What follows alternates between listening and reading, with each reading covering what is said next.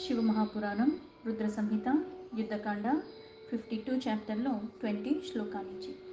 బాణాసురుడు ఎప్పుడైతే అహంకారానికి లోనయ్యే పరమేశ్వరుని ప్రార్థించి, నా ఈ 1000 బాహుల్లో ఉన్న బలానికి తగ్గట్టుగా నాకు ఒక యుద్ధం చేసేలాగా ఒక శత్రువుని కూడా చూపించు అని అడిగితే, అకస్మాత్తుగా జరుగుతుంది. నాతో శక్తి సమానాలు అన్నీ సమంగా ఉన్నవాడితో యుద్ధం చెయ్యవలసి వస్తుంది.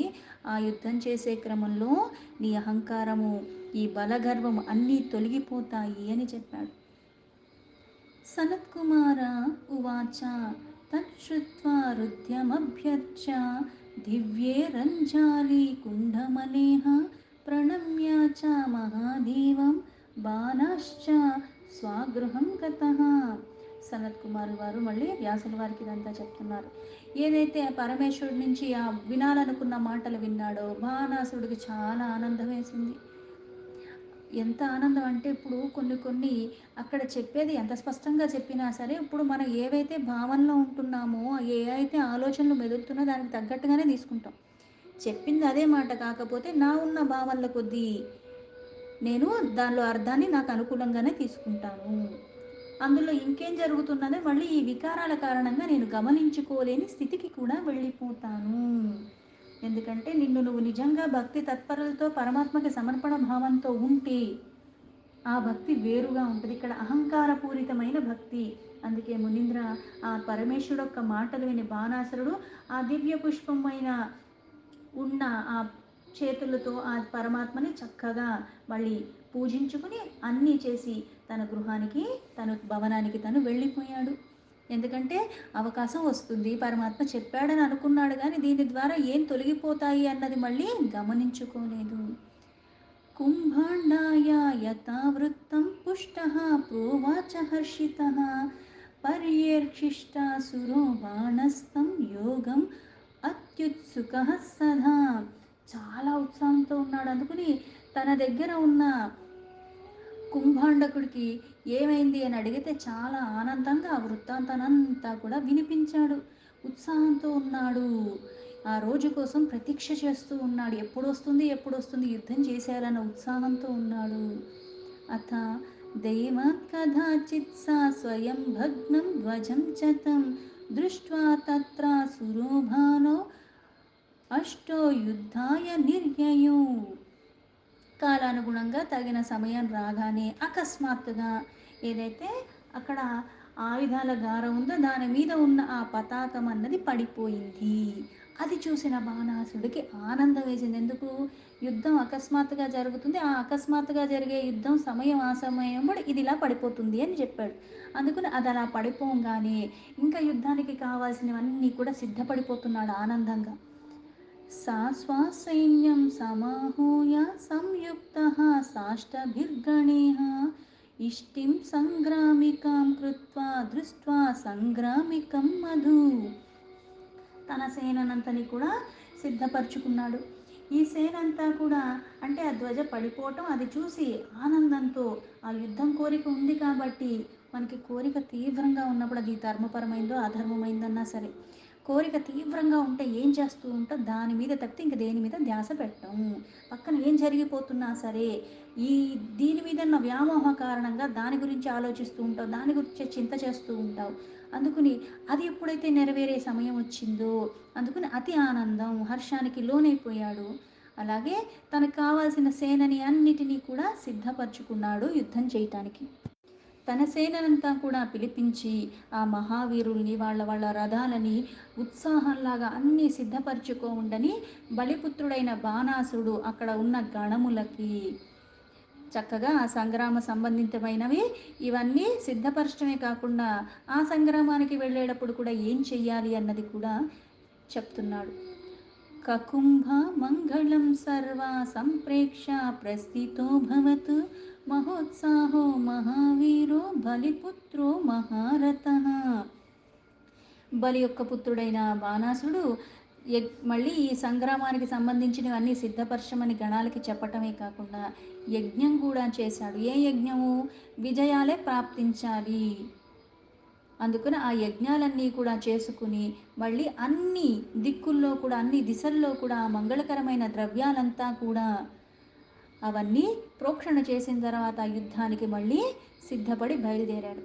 ఇతి అత్తకమలే కృత్వా కః కస్మాదాగమిష్యతి యోద్ధారణ ప్రియో యస్తు నానా శస్త్ర అస్త్ర పారగాః. వాళ్ళు కూడా ఈయన చెప్పినట్టుగా రణప్రియ ఉత్సాహంతో ఉన్నాడు. అయితే ఇక్కడ సమయం ఆసన్నమైపోయింది, ఎవరితో యుద్ధం చేస్తున్నాడో తెలియట్లేదు. అందుకని ఇక్కడ ఆ మనస్సులో అన్నది మళ్ళీ ఆ విచారణ అన్నది ఉంది. అంటే యుద్ధం చెయ్యాలన్న కోరిక తహతహలాడిపోతుంది, అవకాశం వచ్చింది, ఆ సమయం కూడా ఆసన్నమైపోయింది. అందుకని కావాల్సినవన్నీ అస్త్రశస్త్రాలన్నీ కూడా అవన్నీ కూడా సిద్ధపరచుకుని అసలు నాతో యుద్ధం చేసేవాడు ఆ యోధుడు ఎవడు, ఎక్కడి నుంచి వస్తున్నాడు, ఎలా వస్తాడు, యత్సు బాహుసహస్రం మే చిన్నత్వనలకాష్టవత్ తథా శస్త్రైర్మహాతీక్షణైర్శిశ్చనజ్మి శతశత్శివః. అయితే ఇక్కడ నిజంగానే నా ఈ సహస్రబాహులుని అగ్నికి దగ్ధమయ్యేలాగా కాష్టంతో సమానంగా ఇవన్నీ నశింపచేసేస్తాడా? అంత మహావీరుడు, అంత తీవ్రంగా చెయ్యగలిగిన వాడు ఎటువంటి ఆయుధాలతో వస్తాడు?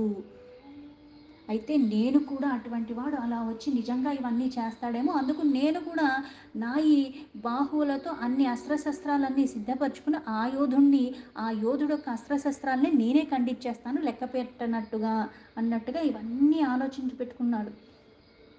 ఏకస్మిన్నంతరే కాలః సంప్రాప్తః శంకరేణ హి యత్ర సా బాణదుహిత సుజాత కృతమంగళ. ఇదే సమయంలో పరమాత్మ యొక్క ప్రేరణ కొద్దీ అక్కడ కాలుడు వచ్చాడు. ఆ కాల సమయం ఆసన్నమైంది. అంటే సమయం ఎప్పుడు వస్తుంది, ఎలా వస్తుంది అంటే నేను ఊహించుకున్నది ఈ రకంగా కాబట్టి ఇలాగే అవుతుందన్నది ఎవరు చెప్పగలరు? చెప్పలేరు. అందుకే ఆ పరమాత్మ ప్రేరణ కొద్దీ కొన్ని జరిగేవి ఎలా ఉంటాయంటే నీ ఊహలకి అందనివి, నీ చిత్తానికి తెలియనివి అన్నట్టుగా జరిగిపోతూ ఉంటాయి. ఆ సమయం వచ్చింది. ఆ సమయం వచ్చినప్పుడు ఆ బాణాసురుడు యొక్క కూతురైన ఉష ఎంతో అందంగా ఉంటుంది. ఈవిడిలో ఆ మనస్సులో చంచలత్వం మొదలైపోయింది. అంటే ఆ మనస్సు అన్నది ఎంత చంచలత్వానికి లోబడిందంటే ఇంతకు ముందు చెప్పినట్టుగా అధ్యాయంలో ఎలా అయితే ఆ మాయ అన్నది లీలగా చేస్తున్న పరమాత్మ దాని ప్రభావం అక్కడ ఆయన మీద పడలేదు. ఎందుకంటే కాముణ్ణి తన ఆధీనంలో పెట్టుకున్నవాడు. కానీ ఆ ప్రాకృతి ఎలా అయితే అంత సుగంధభరితంగా ఆహ్లాదకరంగా ఇట్లా అన్నీ ఉన్నవన్నీ అక్కడ ఉన్న వాళ్ళందరూ అప్సరసలు వీళ్ళందరిలో వ్యామోహాలు వచ్చేసాయి. దాని కారణంగా ఈవిడిలో కూడా ఏదైతే చంచలత్వం వచ్చిందో అప్పుడు మళ్ళీ పార్వతి ఏదైతే చెప్పిందో దానికి అనుగుణంగా ఇప్పుడు ఆ సమయం వచ్చింది. ఈవిడ మనస్సులో ఆ కోరిక అన్నది ఇంకా ఇంకా దృఢం అయిపోతుంది ఉష మనస్సులో. మాధవం మాధవే మాసి పూజయిత్వా మహానిషి సుప్తా చాంతఃపురే గుప్తే స్త్రీభావ ముపలంభిత. వైశాఖ మాసం రానే వచ్చింది, అర్ధరాత్రి సమయం. ఇంతకుముందు చెప్పినట్టుగా వైశాఖ మాసంలో అర్ధరాత్రి సమయంలో ఎవరితో అయితే నువ్వు కలిసి గడుపుతావో తనే నీకు భర్త అని. అలాగే ఎప్పుడూ నిత్యం భక్తితో ఆ పరమ విష్ణువుని పరమ ప్రీతిగా పూజించుకునేది. కానీ ఈవిడిలో ఆ స్త్రీ భావనలన్నవి కానీ ఎక్కువగా అయిపోయాయి. ఈవిడ చక్కగా ఆవిడ అంతఃపురంలోనే నిద్రపోతుంది. గౌర్యా సంప్రేషితేనాపి వ్యాకృష్ట దివ్యమాయయా కృష్ణాత్మజాత్మజేనాత రుదంతి సా అనాథవత్. స చాపి తాం బలాద్భుక్త్వా పార్వత్యాః సఖిభిః పునః నీతస్తు దివ్యయోగేన ద్వారకాం నిమిషాంతరాత్. తన అంతఃపురంలో తన పడుకున్నప్పుడే ఏదైతే ఇక్కడ పరమేశ్వరుడు యొక్క అక్కడ కాలం అన్నది అంటే ఆయన ప్రేరణతో అక్కడ మళ్ళీ చంచలత్వం వచ్చేసింది. అలాగే పార్వతీదేవి యొక్క దివ్యమాయ ద్వారా ఆ కారణంగా కృష్ణుడు యొక్క మనవడు అంటే ప్రద్యుమ్న ఒక్క కొడుకు అనిరుద్ధుడు. ఆ అనిరుద్ధుడు అంటే ఈవిడకు ఒక మంచి స్వప్నం వచ్చింది. స్వప్నం వచ్చింది. కొన్ని కొన్ని ఎలా ఉంటాయి స్వప్నాలు అంటే నిజంగానే మనం ఆ సమయంలో అనుభవించేసాం అన్నట్టుగా లీనమైపోయినట్టుగా ఉంటాయి, ఆ అనుభూతులు మిగులుతాయి మనకి. నిజంగా సాధారణంగా మన కోరికలకు తగ్గట్టుగా ఏమన్నా స్వప్నం వచ్చింది అంటే ఇప్పుడు ఏదో పొద్దున్నుంచి రాత్రి దాకా ఏమేమి చేసున్నానో దానికి సంబంధించి మనం పడుకున్నప్పుడు కలల రూపంలో వస్తాయి. ఎవరినో అనాల్సింది అనలేవో, తినాల్సింది తినలేదో ఇట్లాంటివే వస్తాయి. కానీ ఇక్కడ ఆ పార్వతీ పరమేశ్వరులొక్క మాయ కారణంగా కృష్ణుడొక్క మనవుడైన అనిరుద్ధుడు, ప్రద్యుమ్న ఒక్క కొడుకు. ఈవిడికి ఆవిడ అంతఃపురంలోనే ఉంది. ఈవిడికి కళ ఎంత బలంగా వచ్చింది అంటే ఈ అనిరుద్ధుడితో రాత్రంతా కూడా చక్కగా విహరిస్తున్నట్టుగా, ఆయనతో చక్కగా ఈవిడ విహరిస్తూ ఆయన మీద ఇంకా వ్యామోహం పెరిగిపోతుంది. చక్కగా ఆవిడ గడుపుతున్నట్టుగా ఇలా ఆ యోగమాయ కారణంగా ఈవిడికి అవన్నీ అనుభవం వచ్చాయి. అలాగే క్షణమాత్రంలో ఆ పార్వతీదేవి అనిరుద్ధుడిని అక్కడికి తీసుకురావటం, ఆవిడ అక్కడ గడపడం ఈవిడికి కలలాగా అనిపించింది. కానీ ఆ కలలో జరిగింది ఇది. పార్వతీదేవి అక్కడికి తీసుకురావటం, మళ్ళీ యోగం చేతనే మళ్ళీ అక్కడి నుంచి తీసుకెళ్ళిపోయి మళ్ళీ ద్వారకాలో వదిలేయటం కూడా జరిగిపోయింది.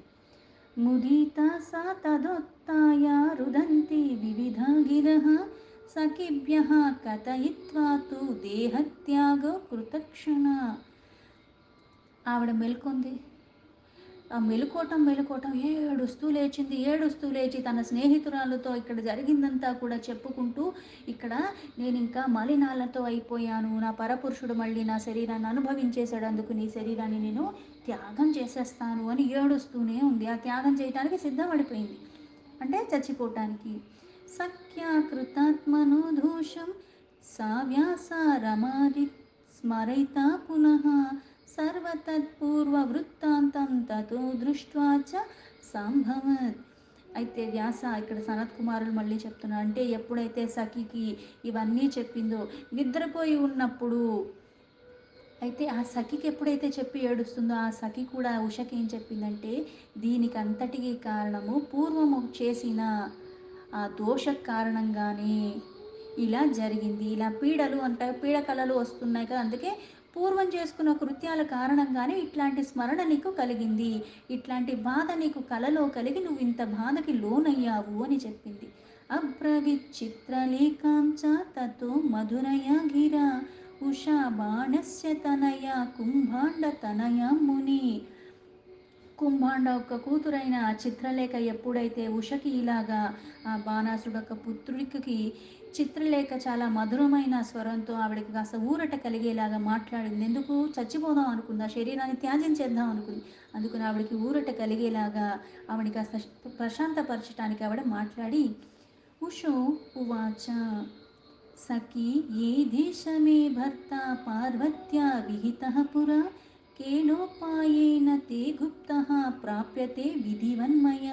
ఆ దోషం ఏమిటంటే పూర్వం ఎప్పుడైతే ఈ వ్యామోహాలకు అందరూ లోబడినప్పుడు పరమేశ్వరుడేమో పార్వతి రాక కోసం ఎదురు చూస్తున్నాడు. ఆవిడ రాని సమయంలోనే ఇప్పుడు ఎవరైనా సరే ఆ రూపాన్ని ధరించి వెళితే ఇంతలాగా ఆవిడ మీద మోహంతో ఉన్న ఆ పరమేశ్వరుడు మనల్ని స్పర్శిస్తాడు, అలాగే మనం అందరి మీద ఆధిపత్యాన్ని చేయొచ్చు. అందుకని ఆ కోరికతో ఒక్కొక్కళ్ళు రూపాన్ని మారారు. అలాగే ఉష కూడా ఆ పార్వతీ రూపాన్ని ధరిద్దామని అనుకుంది. ఈవిడొక్క మనసులో ఉన్న కోరికని గమనించి ఆ గిరిజాదేవి మళ్ళీ ఈవిడతో మాట్లాడటం, దీని కారణంగా ఇది నీకు జరుగుతుంది అని చెప్పింది. నిజంగానే పార్వతీదేవి నాకు ముందే నా భర్తను నిశ్చయించి ఉంటుంటే ఇంత గుప్తంగా ఎలా, ఏ ఉపాయం ద్వారా మళ్ళీ నాకు ఇట్లాంటిది ఎందుకు సంభవించింది అని. కస్మిన్ కులే సమాజాతో మమ ఏనాహృతం మనః ఇత్యూష వచనం శ్రుత్వా సఖీ ప్రోవాచ తాం తదా. ఎవరైతే నాకు స్వప్నంలో వచ్చి ఇప్పుడు నా మనస్సంతా ఆయన మీదే ఉంది, ఆయన లేకపోతే నేను బ్రతకలేను అన్నంత పరిస్థితికి వెళ్ళిపోయాను, నా మనస్సంతా ఆయనే ఉన్నాడు, అందుకుని ఆయన ఎక్కడ పుట్టాడో తెలీదు, ఎక్కడుంటాడో తెలీదు, ఎవరి పిల్లోడో తెలీదు, ఇవన్నీ నాకు ఎలా తెలుస్తాయి, నేను ఎలా కనుక్కోగలను, ఆయన లేకపోతే నేను జీవించలేనన్న స్థితికి వెళ్ళిపోయాను, నేను ఏ కులంలో పుట్టాడో ఎక్కడ ఉంటాడో కూడా నాకు తెలియదు అని చెప్పింది. చిత్రలేఖో ఉవాచ త్వయా స్వప్ననే చ యో దుష్టః పురుషో దేవీ తం కథతం అహం సామానిష్యామి నా విజ్ఞాతస్తు యో మమ. చిత్రలేఖ మళ్ళీ ఉషతో ఇలా చెప్పింది, దేవి స్వప్నంలో అయితే ఏ పురుషుణ్ణి అయితే చూశావో ఎలా ఉంటాడో అది నాకు ఎలా తెలుస్తుంది, ఇప్పుడు ఎవరైనా ఇలా ఉంటాడు పలానా దగ్గర ఉంటాడు అంటే వాళ్ళు మనం తీసుకురావచ్చు, ఇంకోటి ఏదన్నా చేయొచ్చు. అయితే ఎవరో తెలీదు, ఎక్కడుంటాడో తెలీదు, ఎలా ఉంటాడో తెలీదు. నీ మనస్సులో ఉన్నవాడిని, నువ్వు స్వప్నంలో చూసిన పురుషుణ్ణి నేను ఎలా తెలుసుకుంటాను, అతడి ఆకారం ఎలా ఉన్నదో కూడా నాకు ఎలా తెలుస్తుంది. ఇప్పుడు పలానా వాళ్ళు తప్పిపోయారు, ఈ పేరు అని చెప్తే ఆ పేరుతో 1,00,000 మంది ఉంటారు. ఈ రూపం అని చెప్తే ఆ రూపం పోలిన వాళ్ళు ఎంతోమంది ఉండరు, కాబట్టి అవి మనకి సులభం అవుతుంది. అందుకే ఇక్కడ ఎక్కడున్నాడో ఏ కులంలో ఉన్నాడో తెలియదని చెప్తున్నావు, కనీసం ఎలా ఉంటాడో అన్న నాకు తెలియాలి కదా. నీ స్వప్నంలో వచ్చినవాడు నాకెలా తెలుస్తాడు, ఎలా తీసుకొస్తాను నేను, అది ఎలా సంభవం అని అడిగింది. దైత్యకన్యా తదుక్తేతు రాగాంధ మరణోత్సుక రక్షిత చ తయా సఖ్య ప్రథమే దివసే తతః. ఎప్పుడైతే తన సఖి ఇలా చెప్పిందో, ఇక్కడ ఆయన మీద కలలో వచ్చిన పురుషుడి మీద ఎంత మనసు పెట్టుకుంది అంటే, ఉషకి ఆ దైత్యుడొక్క కన్య, బాణాసుడొక్క పుత్రిక, ఆ వియోగానికి కారణం, పైగా ఆ వియోగాన్ని తట్టుకోలేక ఆయన మీద మనసు ఎంత ఉందంటే ఇప్పుడు ఆయన కావాలి, అది లేకపోతే నా జీవితం వృధా, నేను చచ్చిపోతా అన్న నిర్ణయానికి కూడా వచ్చేస్తుంది. అలా ఒక్కరోజు గడిచింది. పునః ప్రోవాచ సోషాం వై చిత్రలేఖ మహామతి కుంభాండస్య సుత బాణతనయా మునిసత్తమా. ఎలాగోలాగా ఆవిడ ఏమీ చేసుకోకుండా మొదటి రోజైతే రక్షించేసింది చిత్రలేఖ. దీని తర్వాత మునిశ్రేష్ఠ మళ్ళీ ఆ కుంభాండ ఒక్క పుత్రిక అయిన చిత్రలేఖ ఏం చేసిందంటే బుద్ధిమతి. అందుకుని ఆ చిత్రలేఖ బాణాసుడు ఒక్క పుత్రిక అయిన ఉషకి మళ్ళీ ఈ ప్రకారంగా చెప్తుంది. వ్యాసనం తే అపకర్షామి త్రిలోక్యాం యది భావ్యతే సమానిష్యే నరం యత్సే మనోహర్త తమాదిశాం. ఓ సఖి, మీ మనస్సును హరించిన వాడు పురుషుడు ఎలా ఉంటాడో వర్ణించి చెప్పు. ముల్లోకాల్లో ఎక్కడున్నా సరే నేను తీసుకుని వస్తాను నీ కోసం. ఎలాంటి ఆటంకాలు ఎదురైనా సరే అవన్నీ తొలగించి నీకు నేను తీసుకొచ్చి అతన్ని సమర్పిస్తాను అని చెప్పింది. సనత్కుమార ఉవాచ ఇత్యుక్త్వా వస్త్రపుటకే దేవాన్ దైత్యాశ్చ దానవాన్ గంధర్వా సిద్ధనాగాశ్చ యక్షాధీశ్చ తథా లిఖత్. అంటే ఎక్కడ ఉన్నాడో ఎలా ఉన్నాడో తెలియదు. అందుకని ఇలా ఎప్పుడైతే చిత్రలేఖ చెప్పిందో ఎలా ఉన్నాడో వర్ణించి చెప్తే నేను ఎక్కడున్నా ముల్లోకాల్లో నేను వెతికి తీసుకొస్తానంది. అలాగే చిత్రలేఖ అక్కడ ఒక వస్త్రం మీద ఇక్కడ ఉన్న వాళ్ళందరి యొక్క చిత్రాలు గీస్తుంది. దేవతలు, దైత్యులు, దానవులు, గంధర్వులు, సిద్ధులు. తత నరాంతేషు వృష్ణీన శరమానా కదుందుభిం వ్యాలికద్రామ్ర కృష్ణోచ ప్రద్యుమ్నం నరసత్తమం.